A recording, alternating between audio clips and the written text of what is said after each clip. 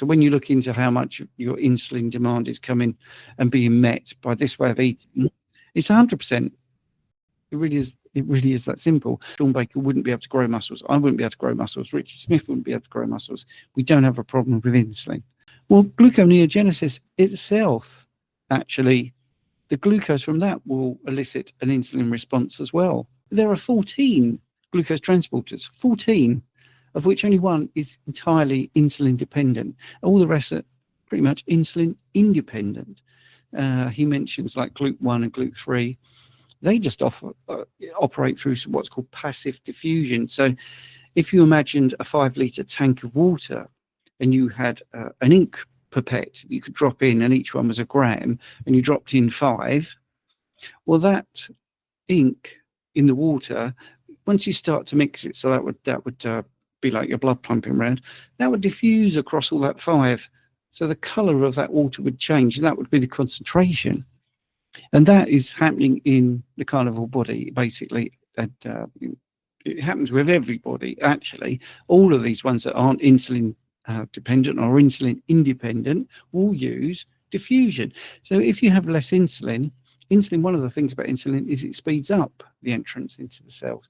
So we've got this slightly slower entrance into the cells, which is one of the reasons why maybe some people will have slightly higher blood glucose, because it's in the blood, but there's no big panic because there's no big spike, there's no big need for a lot of insulin, and you get this much more passive diffusion happening across the pond.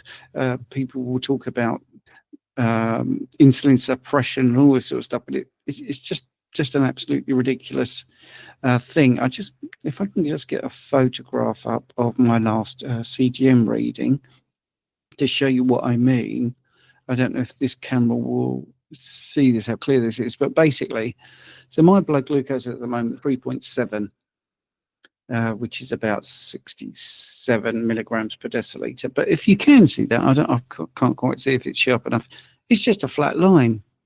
It's a flat line. Now, one of the things I did yesterday was I had a Mars bar because I wanted to show people what happens when you have a Mars bar and apparently you're insulin insufficient.